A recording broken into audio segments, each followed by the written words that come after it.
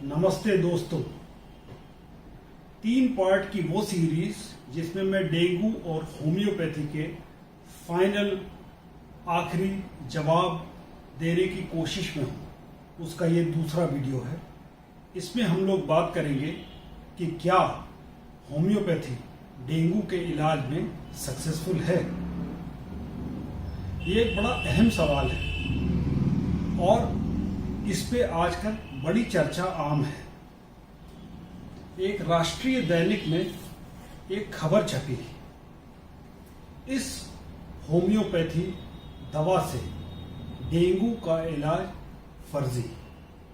तो क्या होम्योपैथी फर्जी है? तो क्या होम्योपैथी से डेंगू का इलाज का दावा फर्जी है? ये दवा जिसका नाम इसमें छपा है, इस दवा का नाम है यूपाटोरियम पर्फ और इसकी पोटेंसी दी है 200।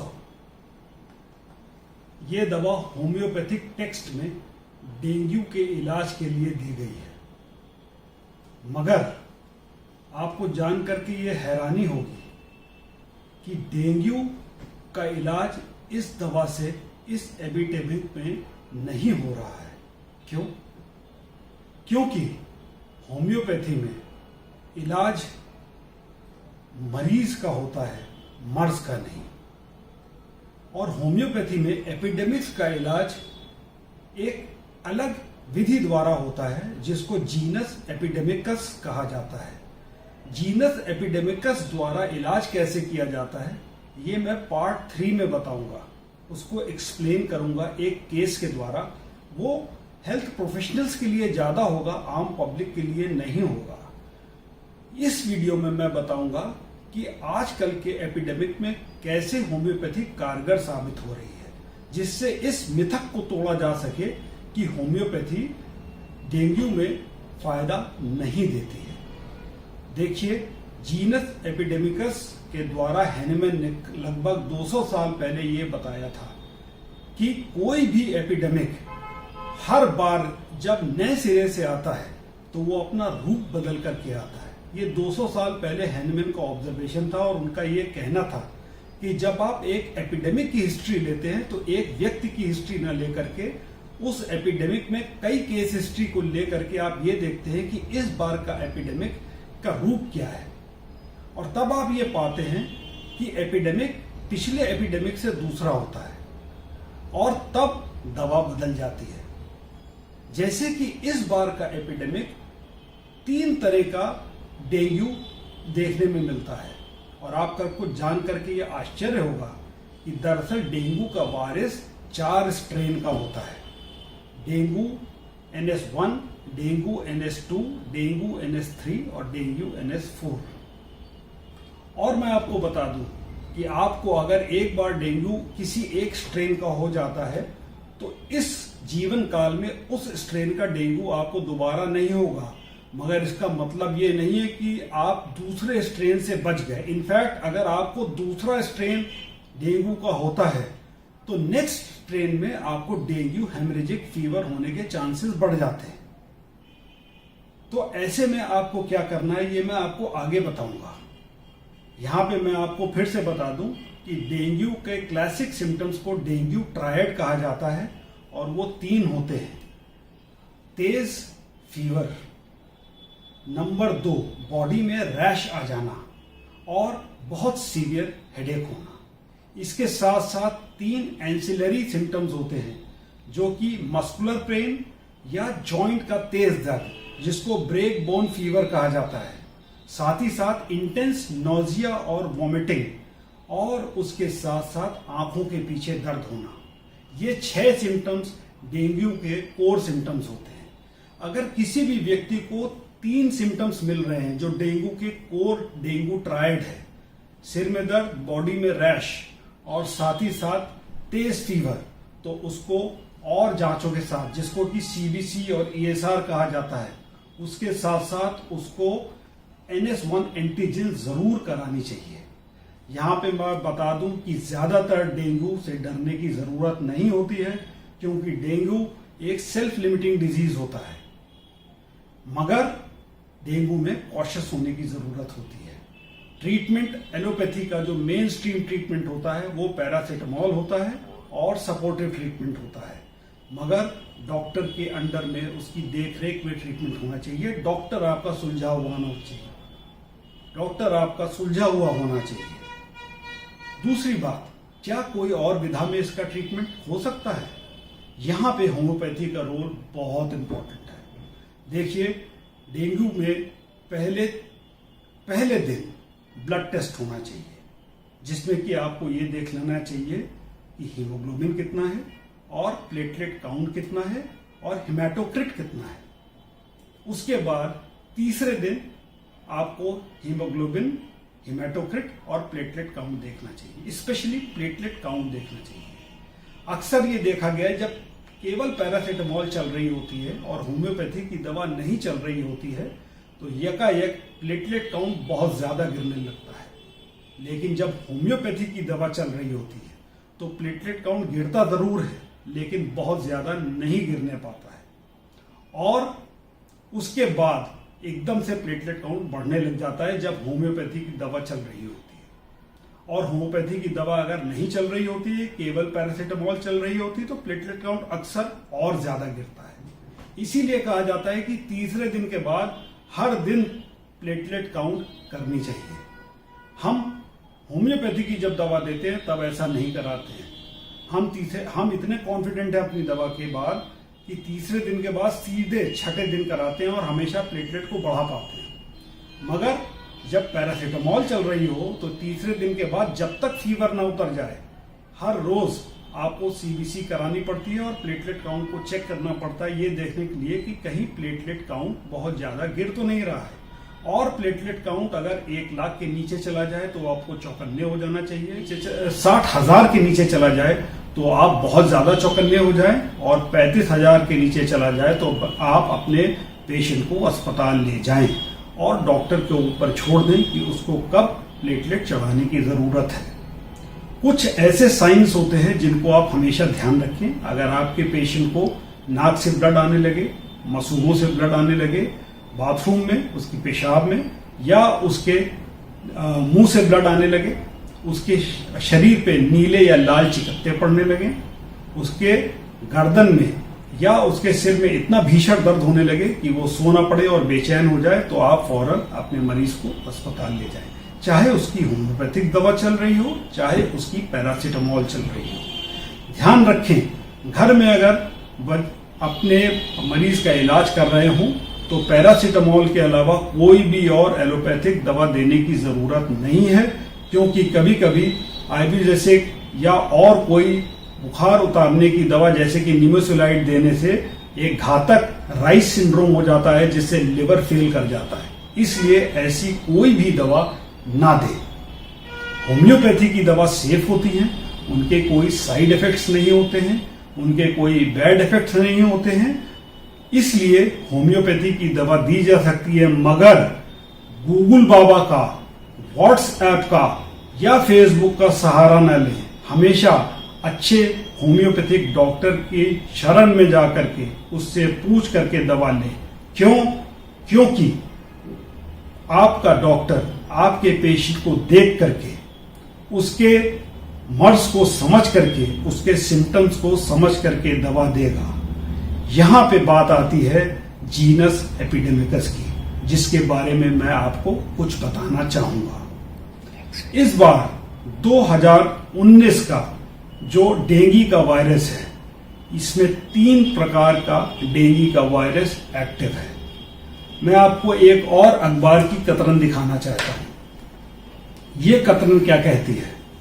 ये कहती है, और ये एलोपैथिक की रिसर्च है, रिसर्च में एलोपैथी होम्योपैथी से बहुत आगे है, और ये कहती है एंटीबॉडी के रिएक्शन से जानलेवा हो गया डेंगू।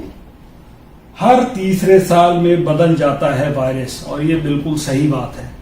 ये क्लिनिकल ऑब्जर्वेशन है कि हर तीसरे साल में वायरल डिजीजेस और वायरल एपिडेमिक्स चेंज हो जाते हैं। और इस बार का डेंगू जो है, इसमें 3 तरह के जो वायरल स्ट्रेन्स हैं, उसमें जो मैंने क्लिनिक में पाया है, एक स्ट्रेन है जिसमें कि डेंगू बुखार के साथ डायरिया हो रहा है। इसमें जो कॉमनली दवा उभर करके सामने आ रही है मरीजों में वो है आर्सेनिक एल्बम। पोटेंसी मैं इसलिए नहीं बताऊंगा क्योंकि पोटेंसी का खेल एक आर्ट है जो कि आपके होम्योपैथिक डॉक्टर के ऊपर डिपेंडेंट है, जो आपकी ससेप्टिबिलिटी देख करके ही डिसाइड होगी।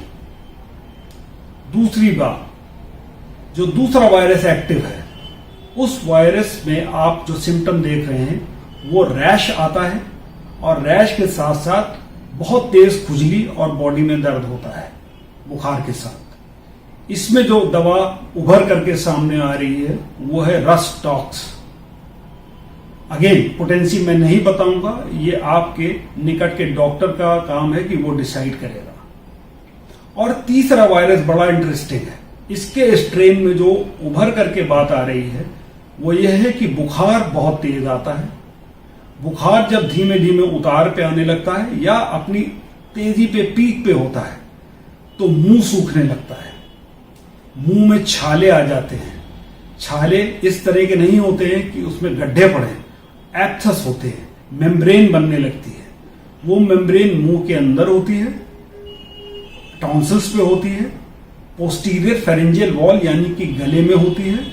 और जो जबान है उसका एक टिपिकल फीचर हो जाता है, बीच से जबान पीली और उठी हुई होती है और साइड से जबान लाल स्ट्रिप्स में होती है। ये फीचर एक ही होम्योपैथी की दवा में पाया जाता है और वो है बेलाडोना। और इस तरह के डेंगू के बुखार में बेलाडोना बहुत ही कारगर साबित हो रही है। सो 3 तरह की जीनस एपिडेमिकस इस बार के डेंगू में समझ में आ रही है, 3 तरह के पिक्चर्स के साथ, और वो है बेलाडोना, आर्सेनिक एल्बम और रसटॉक्स। मैं गुजारिश करूंगा पब्लिक से कि वो किसी भी भ्रामक प्रचार में ना पड़े, यूपाटोरियम पर्फ का इस्तेमाल ना करें और प्लेटलेट बढ़ाने के लिए कतई भी इस दवा का इस्तेमाल ना करें। अगर प्लेटलेट बढ़ाना ही है तो सबसे बढ़िया दवा जो उनको काम करेगी वो आज भी पपीते का पत्ता होगा। और इसके बारे में रिसर्च केवल होम्योपैथी में ही नहीं हुई है बल्कि एलोपैथी में भी हुई है और बड़े ही पॉजिटिव इसके रिजल्ट्स आए हैं। यहां तक कि ब्रिटिश मेडिकल जर्नल में भी इसके बारे में रिसर्च छपी है और उन्होंने ये एक्सेप्ट किया है कि पपीते का पत्ता प्लेटलेट बढ़ाने में काम आता है। मगर पपीते के पत्ते से आप डेंगू को प्रिवेंट नहीं कर सकते, इसलिए प्रिवेंशन में पपीते के पत्ते का कोई रोल नहीं है। मेडिकल रिसर्च में यह भी सामने आया है कि गिलोय का कोई भी रोल नहीं है प्रिवेंशन में। मेडिकल रिसर्च में यह भी सामने आया है कि नारियल को बॉडी में लगाने से प्रिवेंशन कोई नहीं होता है। मेडिकल रिसर्च में यह भी सामने आया है कि किसी भी प्रकार से कोई भी वैक्सीन अभी तक मार्केट में नहीं आया है जिससे कि आप डेंगू से बच सके।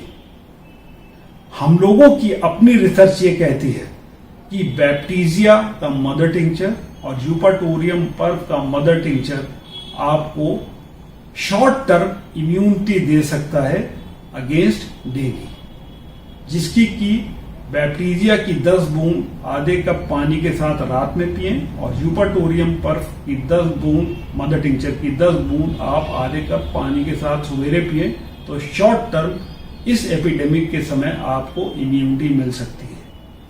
अगेन वाइड स्केल रिसर्च इसके ऊपर नहीं हुई है। मैं जो भी आपको एडवाइस दे रहा हूं ये हमारी अपनी क्लिनिकल रिसर्च है।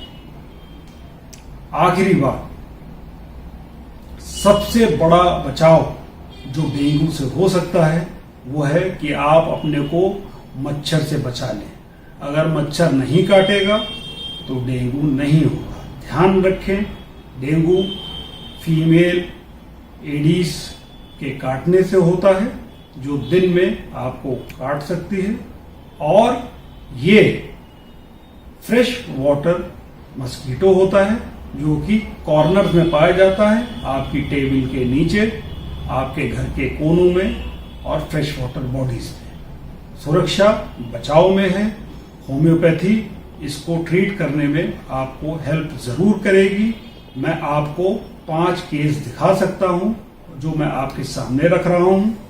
पहला केस, जिसमें पहले दिन जब मरीज मेरे पास आया, उसका प्लेटलेट फीवर के साथ जब टेस्ट कराया गया 1,28,000 था।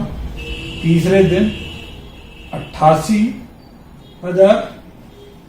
14वें दिन जब कराया तो 1,94,000।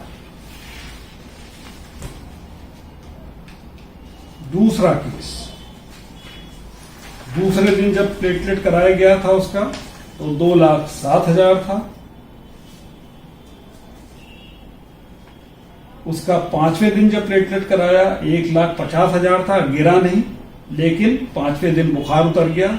उसके बाद पेशेंट ने रिफ्यूज कर दिया, चूंकि बुखार उतर गया तो रिफ्यूज कर दिया। पेशेंट अभी हेल्दी है। तीसरा केस, मेरे पास जब आया तो एलोपैथिक इलाज चल रहा था, पैरासीटामोल और एंटीबायोटिक चल रहे थे। जब 70,000 पे प्लेटलेट पहुंच गई और डॉक्टर ने कहा कि अब तो इसको लग रहा है एडमिट करना पड़ेगा, केस मेरे पास आया। मैंने कहा एडमिट करने की जरूरत नहीं है, दवा शुरू करी गई। तीसरे दिन जब प्लेटलेट कराई तो 86,070 से पहुंचा और छठे दिन जब उसका प्लेटलेट कराया गया तो 4,08,000। ये होम्योपैथी की पावर है। बच्चे को हॉस्पिटलाइज नहीं कराना पड़ा। सिमिलरली एक केस जिसको कि 15 दिन से ऑफ एंड ऑन बुखार आ रहा था, गांव की बच्ची थी और गांव में क्लियर कट डायग्नोसिस नहीं बन रही थी।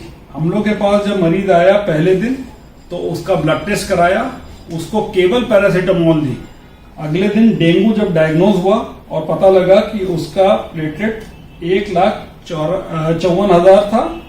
उसके बाद उसको डेंगू की दवा दी और 7वें दिन जब उसका ब्लड टेस्ट कराया तो उसका प्लेटलेट था 4,72,000 और उसका NS1 7वें दिन ही निगेटिव हो गया।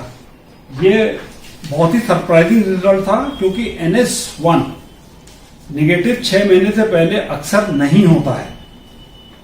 सिमिलरली ये चौथा केस है। डे 2 पे जब प्लेटलेट का रिजल्ट आया तो 1,63,000 था। डे 4 पे प्लेटलेट 1,38,000। डे 9 पे प्लेटलेट बढ़ करके 157,000। ये बेलाडोना का केस था। सो इस तरह से हम लोग अपने केसेस को मॉनिटर भी कर रहे हैं और बहुत आसानी से हम लोग ये जान पा रहे हैं कि क्लियर कट होम्योपैथिक प्रिस्क्राइबिंग से हम बड़े आराम से डेंगू को मैनेज कर पा रहे हैं और हमारे किसी भी केस को अभी तक हॉस्पिटलाइज होने की जरूरत नहीं पड़ी है। Thank you very much. नमस्ते।